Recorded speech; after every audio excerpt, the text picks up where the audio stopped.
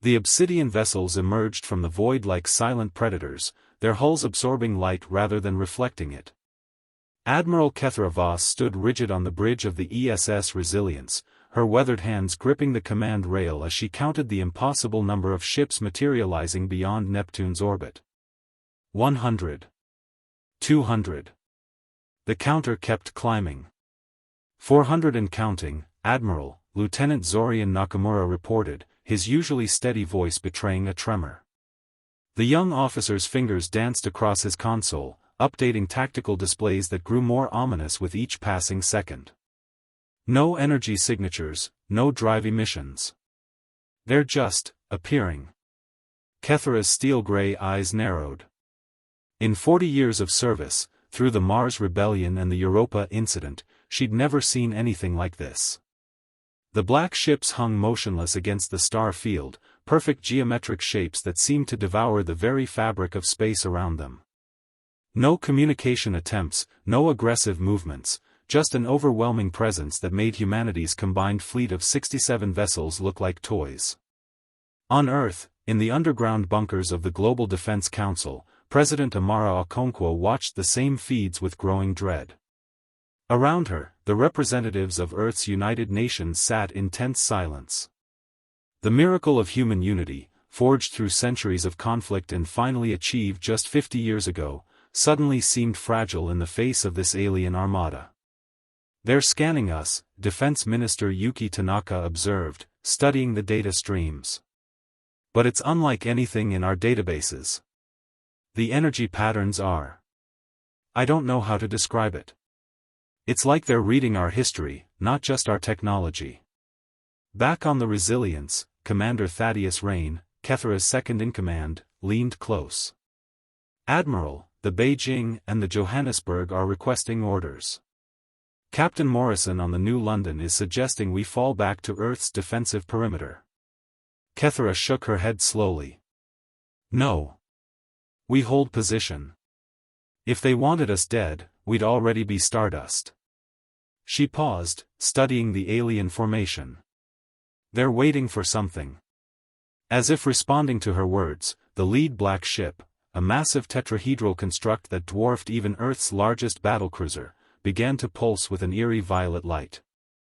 The pulsing spread through the Armada like a heartbeat, synchronized and hypnotic. "Incoming transmission." Ensign Lysandra Petrova called out, her hands flying over the communications array. "It's... Admiral, it's not using any known protocols. The computer is having to build a translation matrix from scratch." The bridge fell silent except for the hum of electronics and the rapid breathing of the crew. Minutes stretched like hours as the ship's AI worked to decode the alien message. Finally, a voice filled the bridge, not heard, but felt, resonating in their minds rather than their ears. "Humans of Earth," the voice was ancient, weary, and somehow infinitely sad. "We are the Void Shepherds. We have traveled the length of creation, witnessed the rise and fall of a million civilizations. We come not as conquerors, but as observers of a phenomenon we have encountered only in legend." Kethra stepped forward, activating the ship's communication system. "This is Admiral Kethra Voss of the Earth Space Force. State your intentions." The response came immediately, carried on waves of psychic energy that made several crew members wince. "Our intentions? To understand. To witness. To see if the stories are true, if your species truly possesses the quality that has made you unique among all the civilizations we have catalogued." "And what quality would that be?" Kethra asked, though part of her already suspected the answer. "The ability to unite not in spite of your differences, but because of them. The courage to face the infinite dark not as separate tribes, but as one people. We have come to test whether humanity's unity is genuine, or merely another facade that crumbles when faced with the absolute." The violet pulsing intensified, and suddenly every screen on every human ship displayed the same image: Earth, blue and beautiful, surrounded by a translucent shield of light. But the shield was fracturing, revealing the countless individual threads that composed it, each thread a life, a story, a connection between humans. The test begins now, the Void Shepherds announced. We will take no aggressive action. But we will push against the bonds that hold you together. We will find every weakness, every division, every reason for your unity to shatter. If you remain standing when we are done, if your species can maintain its cohesion in the face of revelations that have broken countless others, then the legends are true. As the transmission ended, alarms began sounding across the human fleet. Not attack warnings, but something far more insidious. The black ships were broadcasting something, a signal that bypassed shields and hull plating to strike directly at human consciousness. Kethera gripped the command rail tighter as the first wave hit. Images flooded her mind, every mistake humanity had made, every war, every genocide, every moment of cruelty and division. But alongside them came something else, the moments when humans had chosen unity over division, courage over fear. The real battle for Earth's survival had begun, and not a single weapon had been fired. The psychic assault rippled through the human fleet like a tsunami of consciousness. On the bridge of the Resilience, Lieutenant Zorian Nakamura collapsed to his knees, clutching his head as visions of humanity's darkest moments flooded his mind. The Rwandan genocide, the Holocaust, the nuclear devastation of the Third World War, each atrocity played out in vivid, devastating detail. But Kethera remained standing, her knuckles white against the command rail. She'd lived through enough of humanity's failures to have already reconciled with them.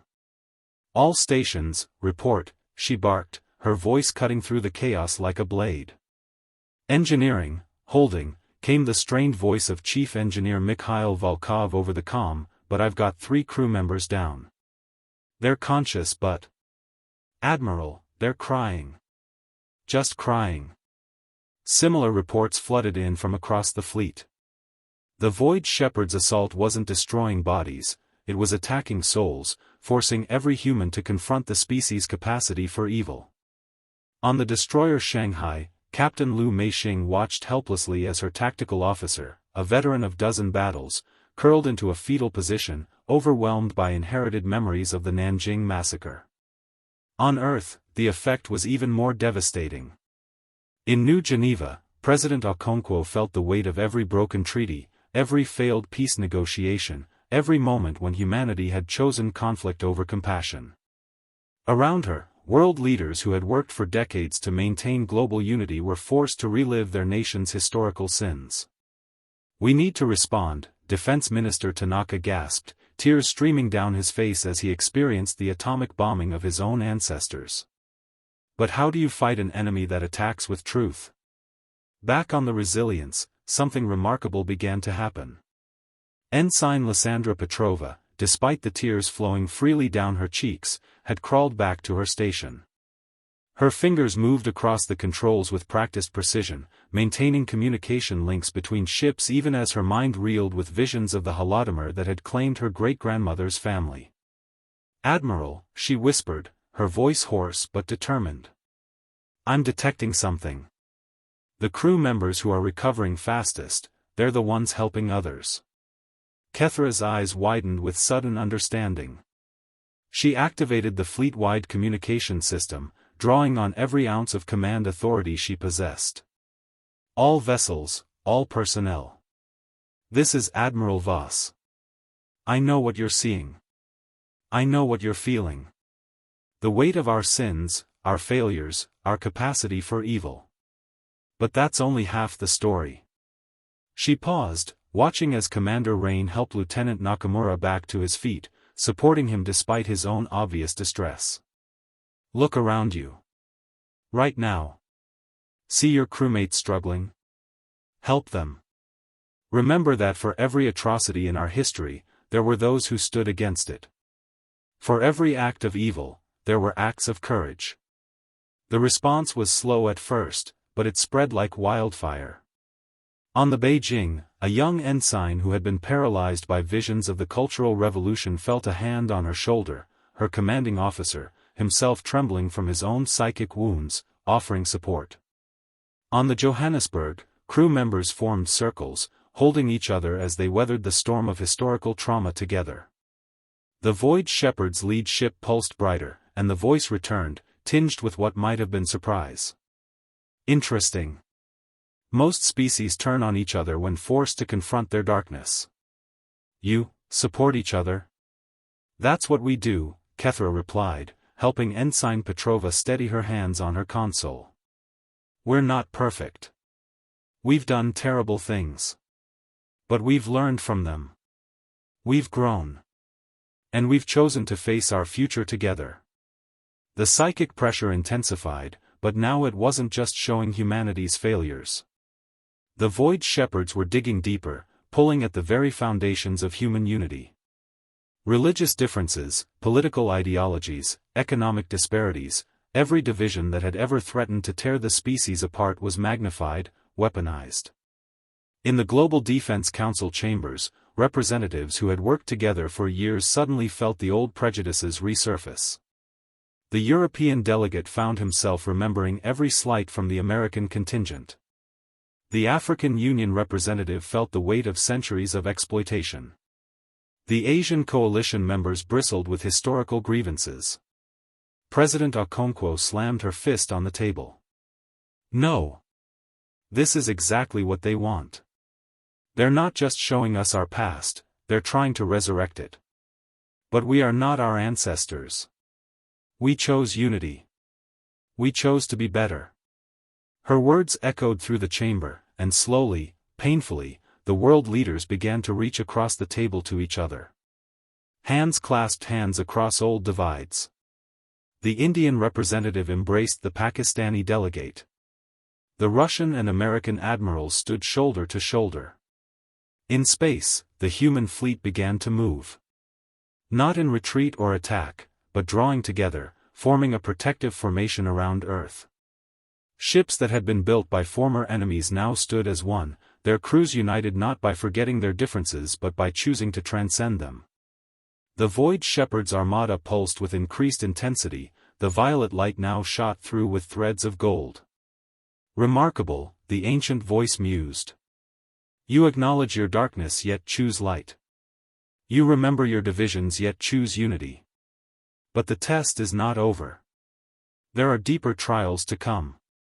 As the second phase of the test began, Kethra allowed herself a grim smile. Whatever came next, humanity would face it together. They had passed the first crucible not by being perfect, but by being human, flawed, struggling, but ultimately united in their imperfection. The void between the stars seemed to thicken as the Void Shepherd's Armada shifted formation. The geometric black ships rearranged themselves into a perfect sphere encompassing the entire solar system, their violet emanations creating an aurora of alien energy that made Jupiter's magnetosphere flicker and dance. On the bridge of the Resilience, Admiral Kethra Voss studied the new configuration with growing unease.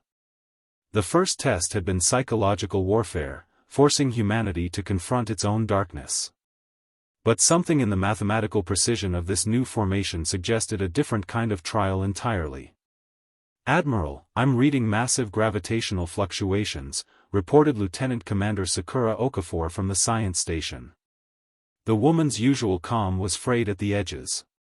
It's as if they're bending spacetime itself. Before Kethra could respond, reality twisted.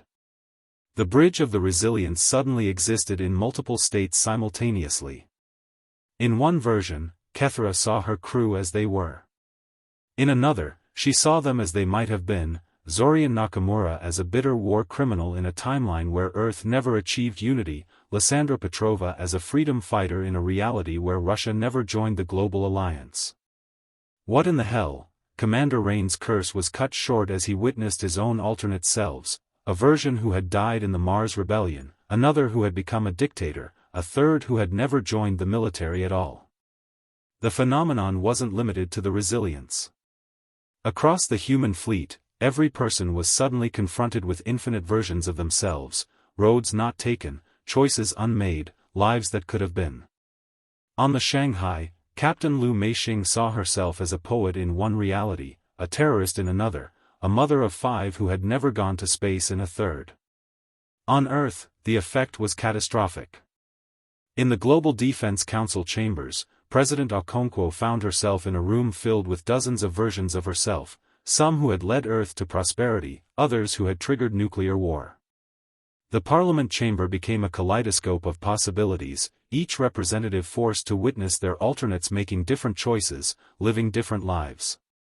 The Void Shepherd's voice resonated through the chaos, calm and analytical. Every sapient being is the sum of their choices. But what defines a species? Is it the choices they made, or the choices they could have made? We show you now the infinite branches of your potential.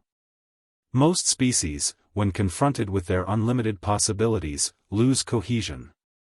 They fragment, unable to accept that their unity is merely one arbitrary path among infinite alternatives.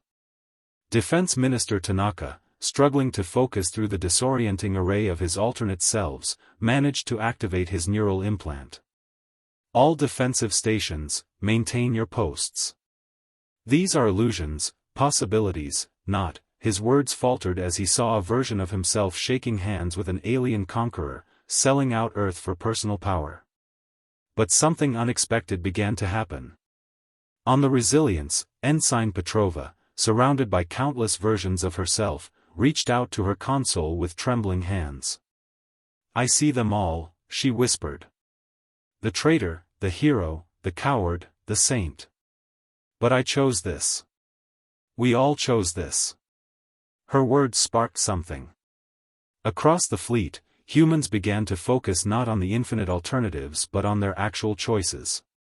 They saw the moments when they could have chosen division but selected unity, when they could have embraced hatred but picked hope.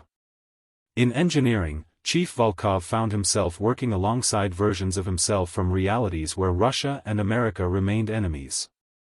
Yet his hands remained steady on his controls. "In infinite universes, I am many things," he growled. "But in this one, I chose to be here, defending Earth with former enemies as brothers." The phenomenon created an unexpected side effect. As humans across the fleet and on Earth began accepting and integrating their awareness of alternate possibilities, they developed a deeper understanding of each other. If everyone could have been anyone, then the divisions between them were indeed arbitrary, but that made their choice to unite all the more meaningful. President Okonkwo, standing in a room full of her alternates, raised her voice. "I see the versions of myself who failed, who chose power over peace, who let Earth burn. But I also see why I didn't make those choices. Because in this reality, I had all of you. We had each other." The Global Defense Council members, each surrounded by their own infinite variations, began to reach through the chaos toward one another. Their hands passed through the illusions of what might have been and found the solid reality of what was, leaders who had chosen cooperation over conflict, unity over division. In space, something remarkable occurred. The human fleet, rather than fragmenting under the assault of infinite possibilities, began to synchronize. Ships moved in perfect harmony, their crews united not just by their shared reality but by their understanding of all the realities where humanity had failed. They had seen the universes where Earth fell to division, and they chose to be the timeline that stood together. The Void Shepherd's Armada pulsed with what could only be described as surprise. The violet light fluctuated, patterns of gold spreading through it like veins. "Unprecedented," the ancient voice admitted. "You see infinite divisions yet choose singular unity. You acknowledge that your cooperation is but one path among many, yet you embrace it not as destiny but as decision." Admiral Kethra, standing firm amidst the swirling possibilities of herself, smiled grimly.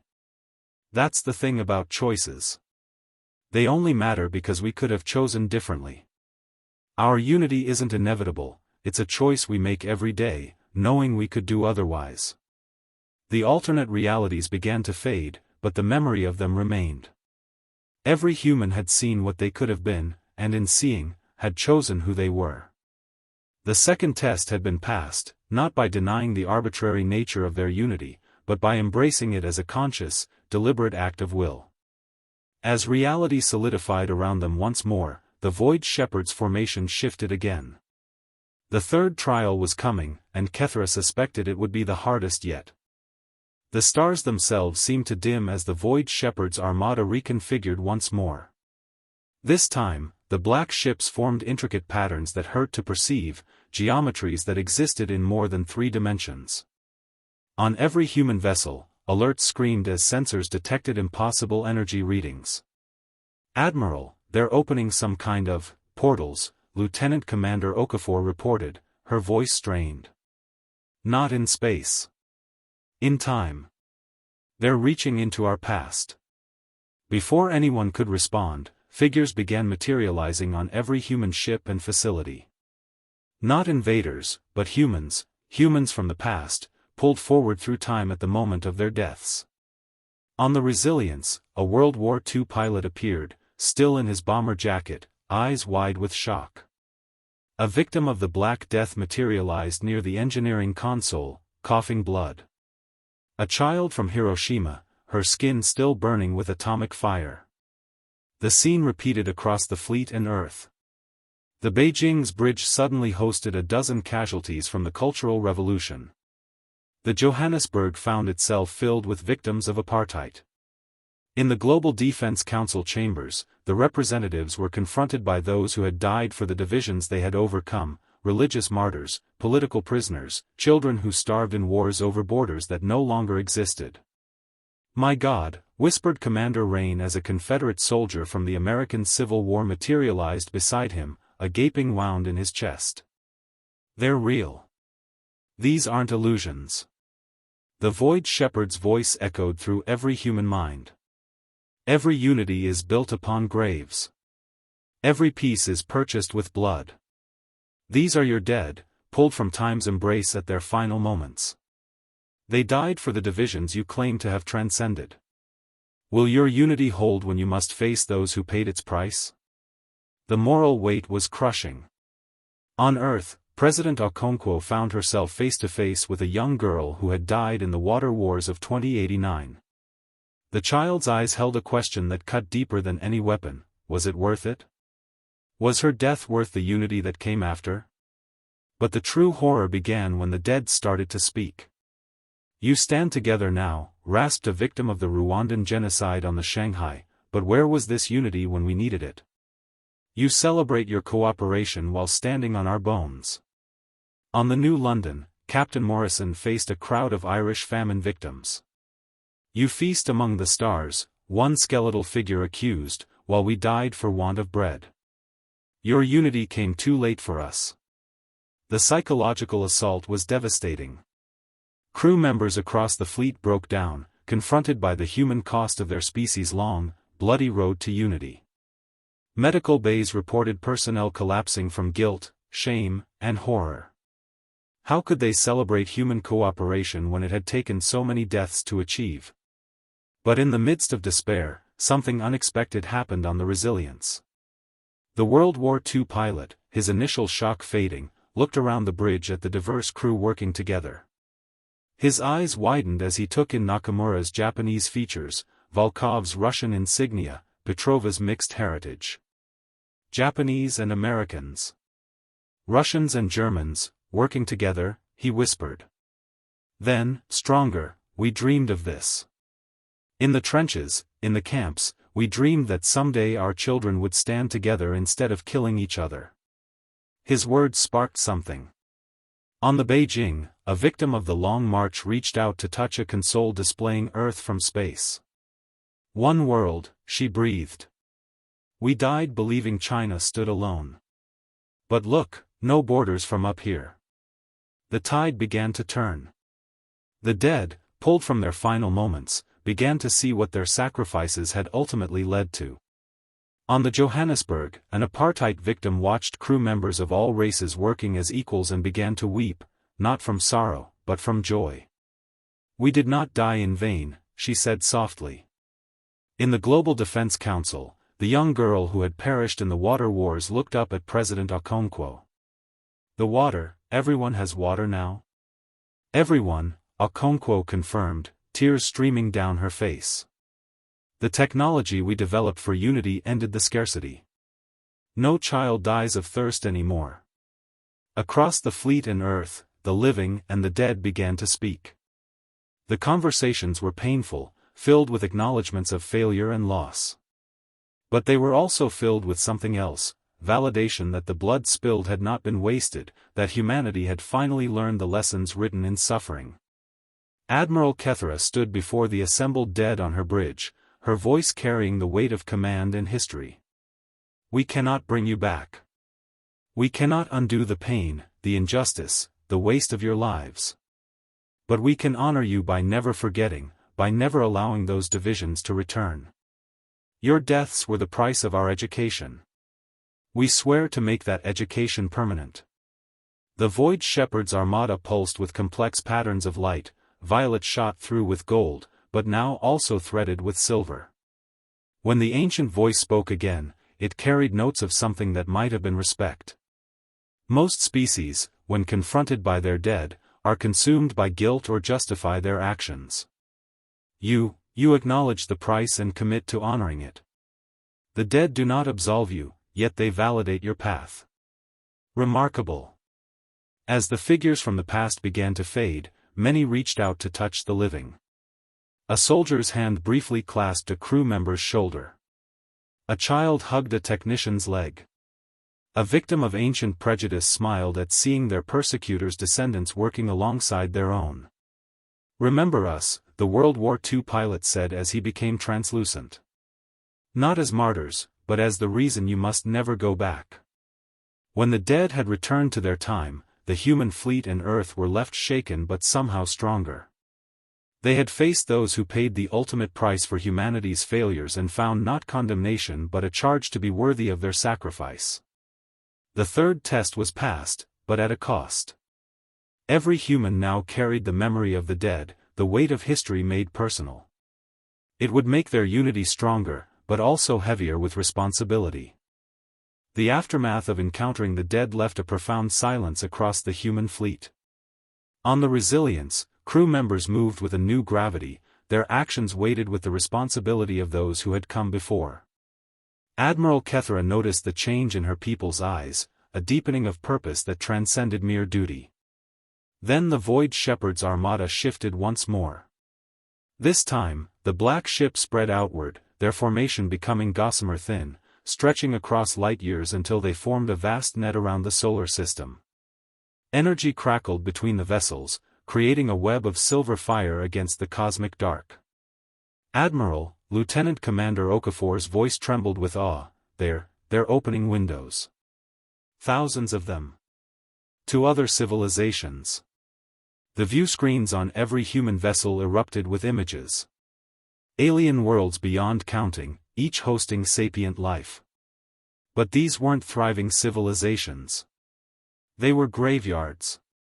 A crystalline species on a methane world, their bodies shattered in the streets of cities that looked like frozen music. A race of beings made of living light, dimmed to nothing in their plasma habitats. Aquatic creatures in vast ocean ships, floating belly up in poisoned seas. Each dead civilization was accompanied by data, their history, their achievements, and ultimately, their failure. Behold, the Void Shepherds intoned, their collective voice heavy with eons of witness. The Ketheri, who split over interpretations of quantum mechanics and annihilated themselves in a war over the nature of reality. The Luminants, who achieved perfect individual freedom and died alone, unable to cooperate even to save themselves. The Deep Swimmers, who valued harmony so highly they could not adapt when their environment changed. Image after image flooded human consciousness.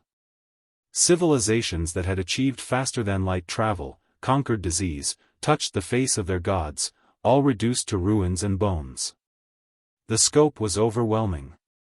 For every star in the galaxy, it seemed, there was a dead world, a failed species.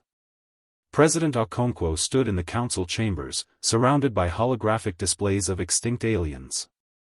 How many? She asked, her voice barely above a whisper.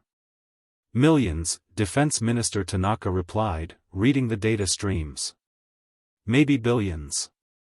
All sapient. All extinct. And according to these records, we're the only known species to achieve planetary unity after developing nuclear weapons. The weight of cosmic loneliness pressed down on humanity. They weren't just one species among many, they were potentially the only ones who had made it this far. The universe wasn't teeming with life, it was littered with the corpses of those who couldn't overcome their own nature. On the Shanghai, Captain Liu Meixing studied the records of a species called the Architects. They had built Dyson spheres, reshaped entire star systems, achieved virtual immortality.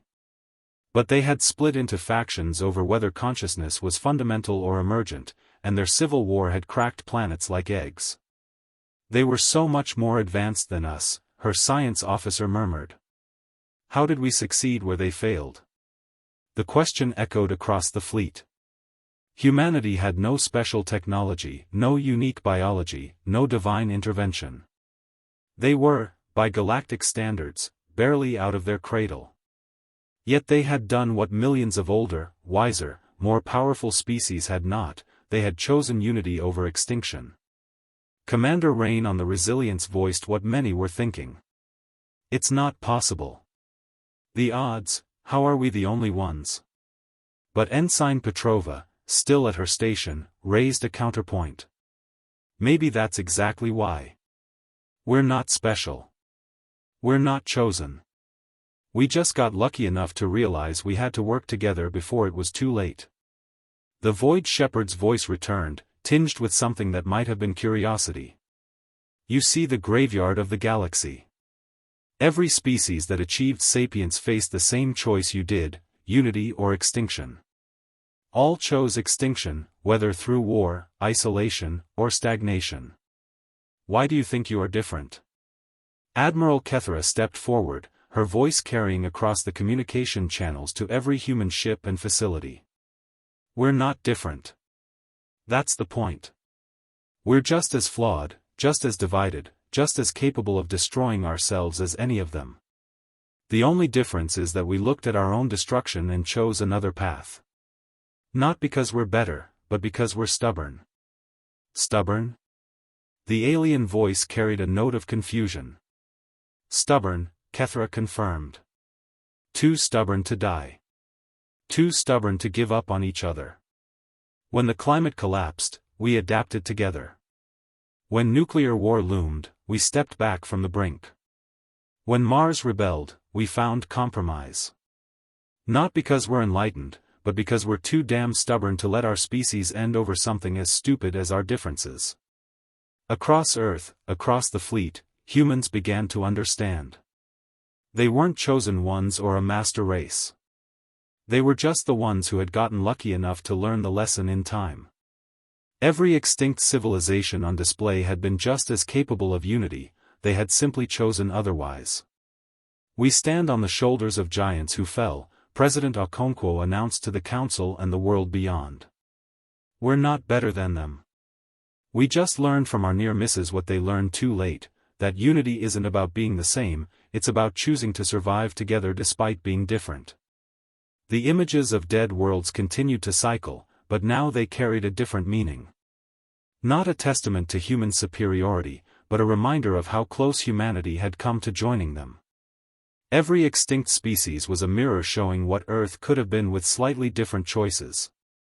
The fourth test had revealed the ultimate truth: humanity's unity wasn't destiny or evolution or divine plan. It was a choice, fragile and precious, that had to be renewed every day. They were alone not because they were special, but because they were among the vanishingly few who had chosen cooperation over comfortable destruction. The display of extinct civilizations faded, leaving humanity to grapple with their cosmic solitude. But the Void Shepherds were not finished. The black ships began to pulse in unison, their emanations shifting from violet through gold to a deep, blood red that painted the solar system in ominous hues. For tests you have passed, the ancient voice resonated. But unity in the face of external pressure is one thing. Now comes the trial that has broken every species we have encountered. The test of the future. Without warning, every human, from Admiral Kethra on the Resilience to President Unconquerable in her bunker, was suddenly elsewhere. They stood in a vast, impossible space where time flowed visibly, streams of probability cascading like waterfalls of light. And in those streams, they saw humanity's potential futures. In one timeline, humanity spread across the galaxy in a wave of conquest, their unity transformed into a xenophobic empire that crushed other emerging species. Earth's children became the very monsters they had united against, their cohesion a weapon turned outward. In another, the unity fractured from within. As humanity spread to distant stars, light years of separation created new divisions. The colonies around Alpha Centauri developed their own culture, then their own identity, then their own military. Within 1,000 years, human fought human across the cosmos, their unity a distant memory. But there were brighter futures too. Timelines where humanity became shepherds themselves, guiding younger species away from extinction. Futures where human unity evolved into something greater, a genuine cosmic consciousness that preserved individuality while transcending it. Every species that achieves unity faces this moment, the Void Shepherds explained. The moment when they must choose not just who they are, but who they will become. Power corrupts. Distance divides. Time erodes all bonds. How will you maintain unity not just today, but across eons? How will you resist becoming oppressors when you have the strength? How will you stay united when your children's children's children no longer remember Earth? The question hit harder than any previous test. It was one thing to unite against immediate threats, to overcome historical divisions when extinction loomed. But how could they ensure their unity would endure across geological time? How could they program their descendants to make the right choices? Lieutenant Nakamura, standing in the probability streams, watched a version of himself in the far future, admiral in a human empire, ordering the extinction of a species that reminded him too much of humanity's own dark past. We become them, he whispered in horror. We become the Void Shepherds, testing others, judging them. But Ensign Petrova, watching the same time streams, saw something different. No, look closer. See the other paths? The ones where we remember? She was right. For every dark future, there were alternatives. Timelines where humanity institutionalized not just unity but humility. Where they built monuments not to their triumph but to their near failures. Where they made their history mandatory education for every generation, a vaccine against future division. President Okonkwo, surrounded by the flowing possibilities, made a decision. We need to choose. Not just our present, but our future. We need to build safeguards into our unity itself. What kind of safeguards? Defense Minister Tanaka asked. The kind that assume we'll fail, Okonkwo replied. Systems that expect us to drift toward division and autocracy. Constitutions that can't be changed without unanimous consent from all human worlds. Educational programs that teach our failures before our successes. Most importantly, a promise, embedded in our laws, our culture, our very DNA if necessary, that we will never judge another species for struggling with what nearly killed us. Across the probability space, humans began to see the patterns. The futures where humanity fell were ones where they forgot their struggles. The futures where they thrived were ones where they remembered their fragility. Admiral Kethra, studying the time streams with a strategist's eye, spoke to her crew and beyond. We need to build our unity not on our strength, but on our weakness. Not on being better than others, but on remembering how close we came to being nothing at all. Every generation needs to learn that unity is a choice, not an inheritance. The red light from the Void Shepherd's ships began to shift, taking on complex patterns. You would build your future on the acknowledgement of your own fallibility?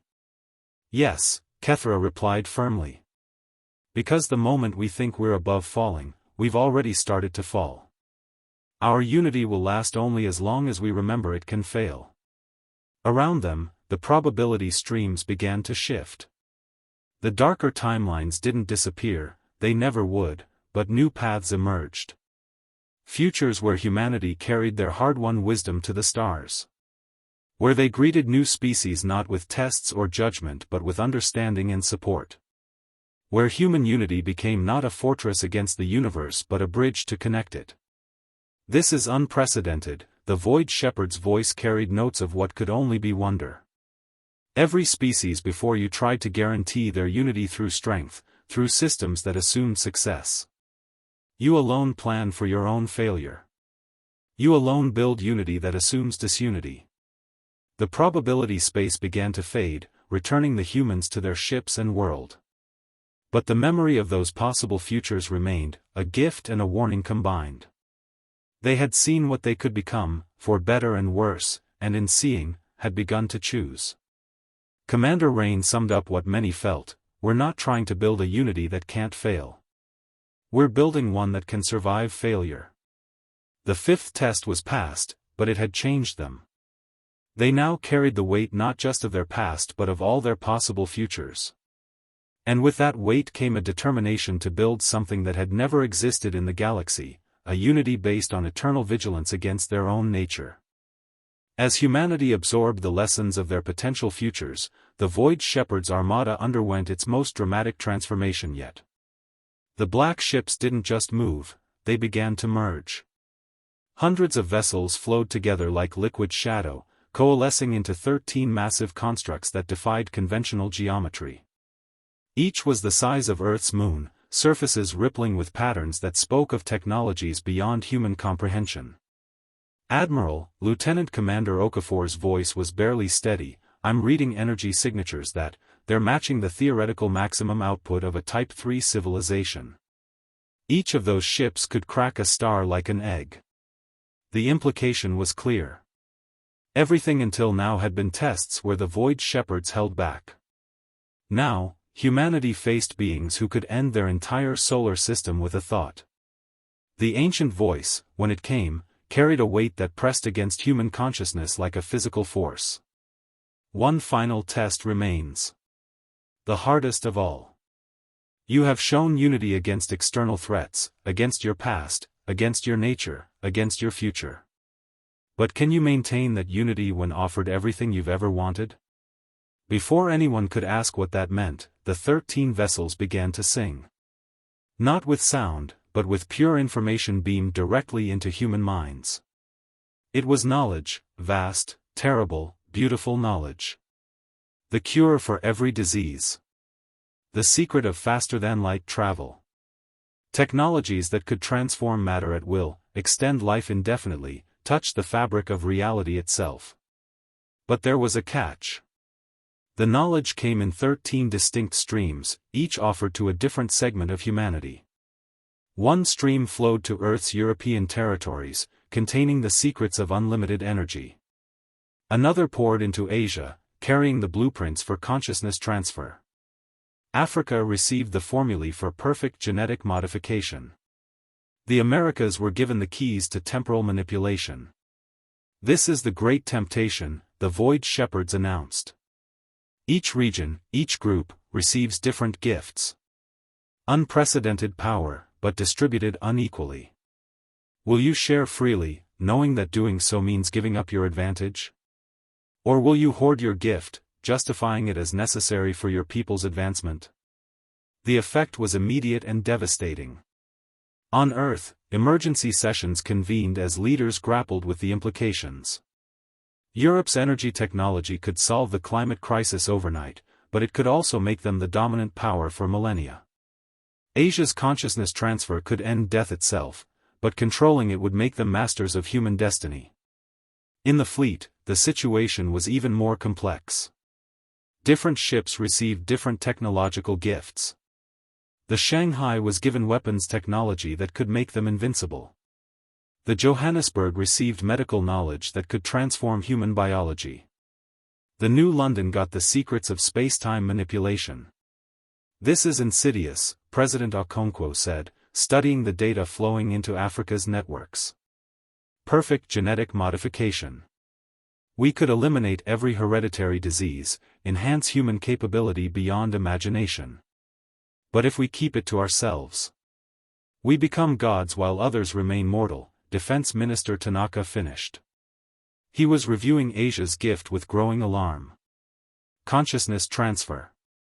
Digital immortality. The power to copy, store, and modify human minds. In the wrong hands, or even the right hands used wrongly, it's the end of human nature as we know it. On the Resilience, Admiral Kethera faced her own temptation. The ship had been given something even more dangerous, the complete history of the Void Shepherds themselves. Who they were, where they came from, how they achieved their power.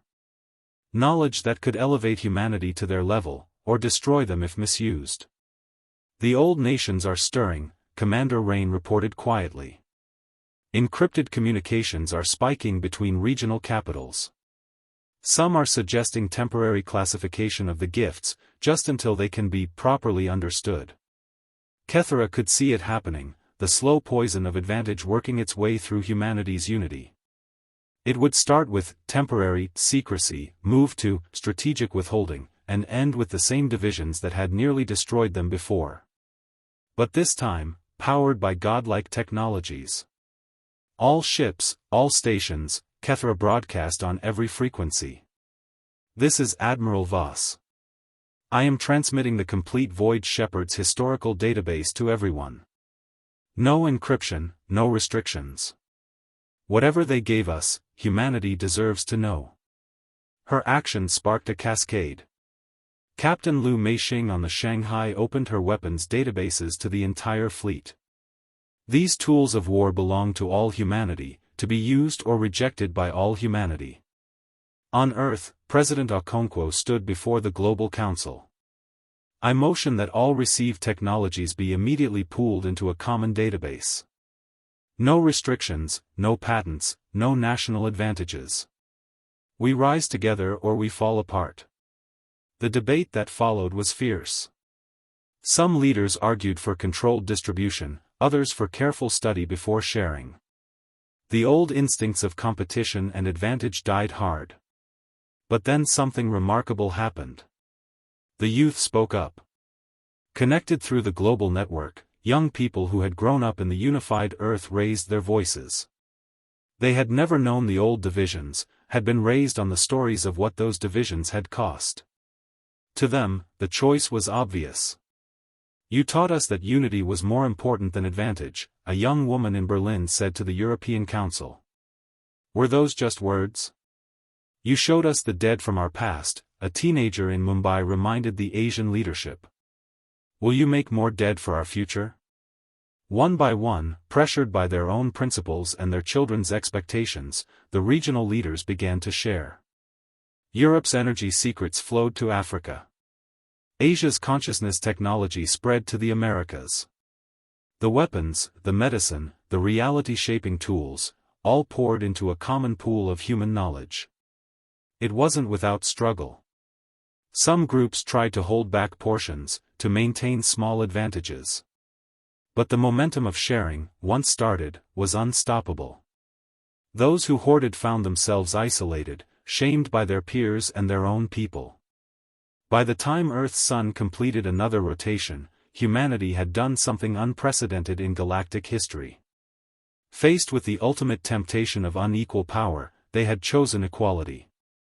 Not perfectly, not without struggle, but ultimately successfully. The 13 Void Shepherd constructs pulsed with colors that had no names in human language. When they spoke, their voice carried something that might have been joy. In 13 billion years, across millions of species, you are the first. The first to receive the gifts of gods and choose to remain equals. The first to value your unity over ultimate power. The ships began to separate, breaking apart into their original formations. But now they were no longer black voids in space. They shimmered with the same light as stars, beautiful and terrible and ancient. The test is complete, they announced. And you have achieved what we thought impossible. The transformation of the Void Shepherd's Armada from instruments of darkness to vessels of light sent ripples across the solar system.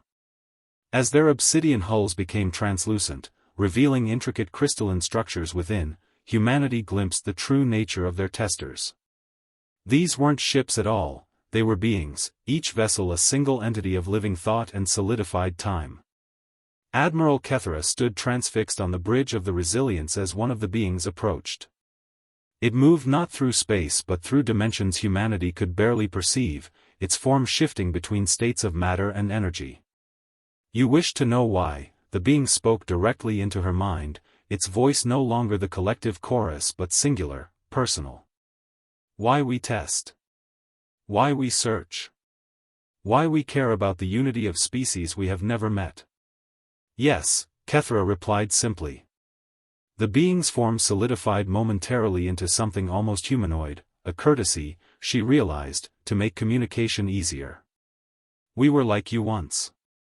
A species that achieved unity against all odds. We survived, thrived, spread across our galaxy. And in our arrogance, we believed our unity made us special. Chosen.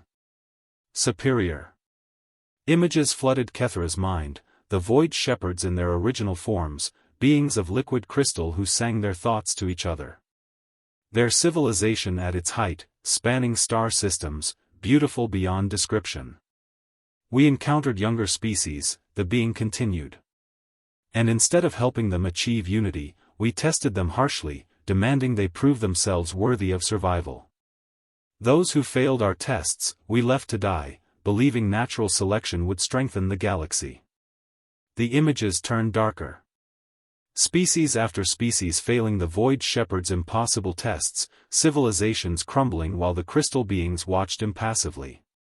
It took us eons to realize our terrible mistake. By the time we understood, billions of sapient species had perished. Entire galactic arms were graveyards. We had become not shepherds but reapers, our unity transformed into a weapon of judgment. On Earth, President Unconquerable received similar visions from another being. She saw the void shepherds crushing guilt, their desperate attempt to atone. They had transformed themselves, abandoning their physical forms to become what they were now, eternal watchers, seekers, hoping to find just one species that could succeed where so many had failed. For 13 billion years, we have searched, the being told her. Testing not to judge, but to find proof that unity doesn't inevitably lead to tyranny. That a species can remain united without becoming oppressors. You are that proof. Across the fleet, similar conversations occurred. Each human leader, each crew member who had shown exceptional courage during the tests, was visited by the beings. The stories varied in detail but carried the same message: the void shepherds were not conquerors but penitents, seeking redemption for ancient sins. On the Shanghai, Captain Liu Meishing learned of the mathematics of unity, how vanishingly rare it was for a species to achieve global cooperation before developing weapons capable of total annihilation. The probability was less than 1 in a trillion. Commander Rain discovered the tragic pattern that had repeated across eons: species would unite against external threats, then either fragment when the threat passed or become xenophobic empires. The middle path, sustained unity with openness to others, had been theoretical until now. But it was Ensign Lysandra Petrova who asked the crucial question. What happens now? You found what you were looking for. What comes next? The being that visited her, smaller than the others, younger perhaps, shimmered with uncertainty. We don't know. Our purpose for eons has been to search. To test. To hope.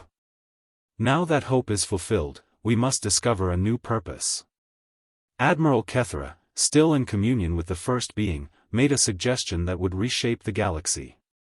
Join us. The being's form flickered with surprise. Join you?